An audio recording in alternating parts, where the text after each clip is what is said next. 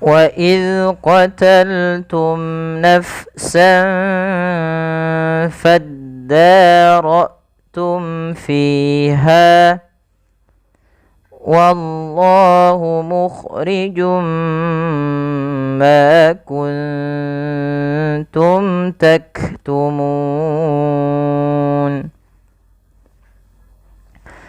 Pada lafal bacaan wa idz qataltum, perlu diperhatikan di dalam melafalkan huruf zal yang berharakat sukun, jangan sampai ia memantul.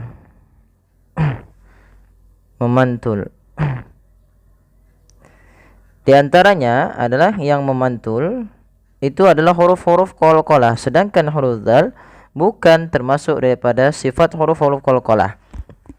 Contoh yang kesalahan terjadi dalam memantulkan zal, ada yang kesalahan terjadi ketika dia memantulkan zal, wa idza qataltum, wa idza, dan dia memantulkan huruf zal, padahal zal bukan termasuk huruf yang mantul.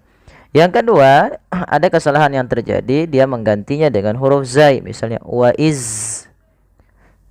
Nah, ini juga perlu difahami, tidak boleh. Yang selanjutnya pada lafal qataltum nafsan faddara, ada mim mati bertemu dengan huruf nun. Maka apabila ada mim mati bertemu dengan huruf hijaiyah keseluruhannya, baik itu nun, ya dan sebagainya, kecuali nanti dia bertemu dengan mim dan ba, maka kita hukumi dengan bacaan izhar syafawi.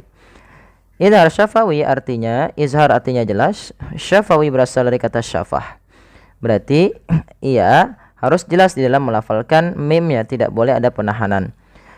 Wa idz qataltum nafsa, tidak boleh. Wa idz qataltum nafsa, tidak, karena dia bukan bertemu dengan huruf mim dan ba. Kemudian melafal nafsan fa, pada lafal fa ini harus dialirkan nafas kita, af. Maka naf jangan diputus dengan nafas. Misalnya nafsa, bibir kita merapat, tidak. Kenapa? Karena huruf fa itu makhrajnya bukan di bibir. Huruf fa itu makhrajnya di bibir tapi tidak rapat bibir kita. Nafsan fa. Pada lafal sanfadda ada fathatain bertemu dengan fa. Ada huruf sin berharakat fathatain bertemu dengan fa. Maka suara sinnya ini, suara tanwinnya dimasukkan ke huruf fa.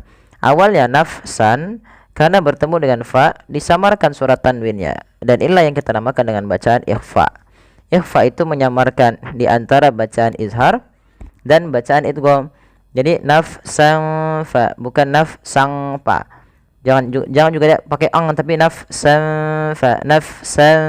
fa, bukan nafsang fa, ya. Kemudian juga bukan nafsan fadda, yaitu langsung nafsan faddara. Nafsan faddara.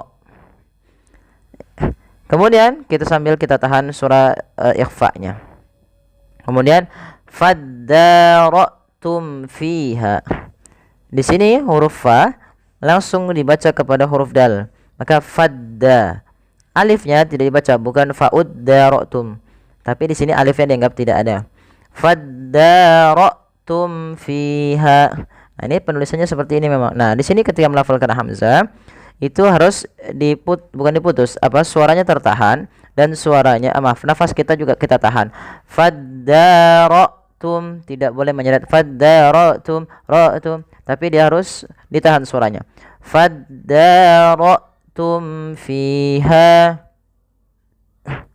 Kemudian pada lafal mim mati bertemu fa lagi ada izhar syafawi di sebenarnya. Kemudian pada fiha, kedua-duanya kita hukumi dengan bacaan mad tabi'i, yaitu fi dan ha harus dipanjangkan sama. Wa idz qataltum nafsan faddaratum fiha. Kemudian wallahu mukhrijum ma kuntum taktumun. Pada lafal wallah, ini wa-nya ditipiskan dulu, baru lafal Allah tebal. Jangan langsung wallah, tapi dia wallah. Ya, wallahu mukhrijum ma. Kemudian pada lafal Allah dipanjangkan 2 harokat karena ia lafzul jalalah. Kemudian mukhrijum ma, pada lafal mukhrijum ma, di sini ada dhammatain bertemu dengan mim. Apabila ada huruf berharokat dhammatain bertemu dengan ada huruf berharokat tanwin, baik itu an, in, un, karena di sini dhammatain khususnya bertemu dengan mim. Pada dasarnya kan kalau kita membaca tanwin itu ada suara nun. Ya, tanwin pada dasarnya adalah bunyi nun yang dilafazkan tapi tidak ditulis. Contoh, misalkan di sini mukhrijun, itu kan bisa kita tulis dengan mukhrijun seperti ini, maaf, dengan nun, mukhrijun, sama dengan ketika bentuknya seperti ini. Maka di sini tanwinnya dimasukkan ke mim karena bertemu dengan huruf mim, dan inilah yang kita namakan dengan bacaan idgham bi gunnah. Idgham artinya memasukkan, bi gunnah artinya kita memasukkan suaranya kepada rongga hidung kita. Maka mukhrijum ma sambil ditahan. Kemudian pada lafal ma ada mad tabi'i. Kemudian pada lafal kuntum, di sini ada nun sukun bertemu dengan ta. Apabila ada nun sukun bertemu dengan ta, maka kita hukumi dengan bacaan ikhfa. Nah, bacaan ikhfa ini sendiri pun bukan semuanya dibaca dengan ang. Ya, misalnya kuntum, enggak, tapi dia menyesuaikan daripada hurufnya masing-masing. Disesuaikan dengan makhraj dan sifat hurufnya masing-masing. Kalau di sini ketemu ta, maka samarkan ikhfa-nya atau nunnya samarkan ke ta. Kuntum, bukan kuntum, tapi kuntum. Wallahu mukhrijum ma kuntum taktumun. Kemudian pada lafal mim mati ketemu ta, ada bacaan izhar syafawi lagi. Suara mimnya di sini harus dijelaskan. Baik. Kemudian pada lafal taktumun, di sini huruf kafnya harus dalam pembacaannya tidak memantul, tidak taqtumun, tapi kaf memiliki sifat, salah satunya sifat syiddah, yaitu suara kita tertahan ak. Kemudian ada nafas yang dikeluarkan ketika melafalkannya, yang dimana kaf juga punya sifat namanya hamas. Maka cara melafalkannya bagaimana urutannya? Urutannya adalah syiddahnya dulu, baru hamasnya. Ak, baru tak. Maka taktumun. Kemudian pada lafal mun, di sini ada bacaan kita namakan dengan mad arid disukun, yaitu bacaan yang berkenaan dengan mad yang terjadi akibat adanya sukun arid ketika kita waqaf atau ketika kita berakhir dalam akhir bacaan kita, yang dimana ketika huruf yang dimatikan di akhir itu awalnya kan berharokat taktumuna, karena kita matikan maka dia menjadi nun yang sukun. Sebelumnya ada huruf mad. Nah, inilah yang kita namakan dengan mad arid disukun. Dalam pembacaannya kita boleh memanjangkan 2 harokat, boleh 4 harokat, dan boleh pula 6 harokat. Baik, kita coba ulang dari ayat awalnya.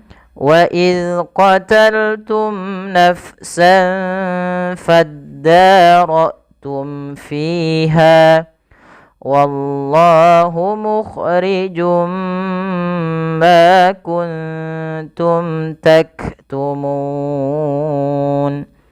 Ya, semoga bermanfaat. Yang sedikit ini kurang lebihnya kami mohon maaf. Wabillahi taufiq wal hidayah. Wassalamualaikum warahmatullahi wabarakatuh.